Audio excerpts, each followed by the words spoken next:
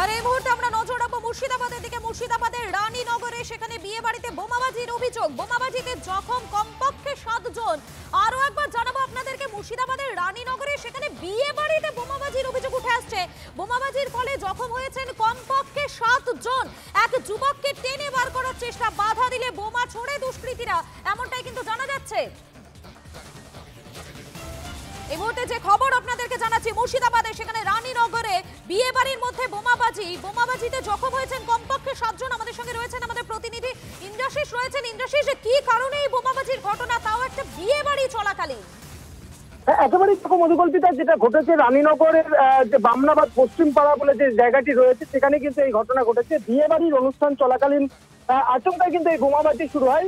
যেটা স্থানীয় সূত্রে জানা যাচ্ছে যে ওই বিয়ে বাড়ির এক যুবকের সঙ্গে পাশে পড়শির একজনের কিন্তু গন্ডগোল চলছিল, এবং তখনই ওই যুবককে বিয়ে বাড়ি থেকে বের করে নিয়ে আসার চেষ্টা করে পড়শি লোকজন, এবং তখনই কিন্তু বাধা দেয় বিয়ে বাড়ির এই আত্মীয় স্বজনেরা, এবং তখনই কিন্তু দুই পক্ষের মধ্যে সংঘর্ষ ঘটে, এবং তখনই কিন্তু এই বোমাবাজির ঘটনা ঘটে। এই বোমাবাজিতে 7 জন গুরুতর জখম হয়েছে, তাদেরকে গোধনপাড়া প্রাথমিক স্বাস্থ্য কেন্দ্রে ভর্তি করা হয়েছে, এবং এই ঘটনার পরে গোটা এলাকায় এই মুহূর্তে চাঞ্চল্য ছড়িয়েছে। পুলিশ গোটা ঘটনা তদন্ত শুরু করেছে।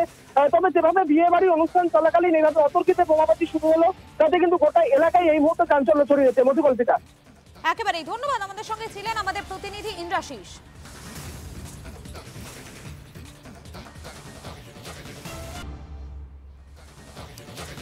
আর এই মুহূর্তে আমরা নজর রাখবো মুর্শিদাবাদের দিকে। মুর্শিদাবাদের রানীনগরে সেখানে বিয়ে বাড়িতে বোমাবাজির অভিযোগ, বোমাবাজিতে জখম কমপক্ষে 7 জন।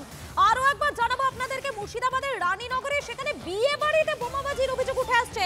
বোমাবাজির ফলে জখম হয়েছেন কমপক্ষে 7 জন। এক যুবককে টেনে বার করার চেষ্টা, বাধা দিলে বোমা ছোড়ে দুষ্কৃতীরা, এমনটাই কিন্তু জানা যাচ্ছে।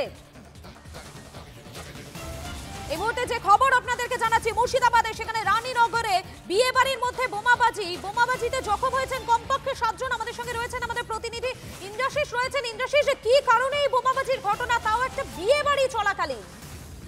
একেবারেই মধুকল্পিতা, যেটা ঘটেছে রানীনগরের যে বামনাবাদ পশ্চিম পাড়া বলে যে জায়গাটি রয়েছে, সেখানে কিন্তু এই ঘটনা ঘটেছে। বিয়ে বাড়ির অনুষ্ঠান চলাকালীন আচমকায় কিন্তু এই বোমাবাজি শুরু হয়।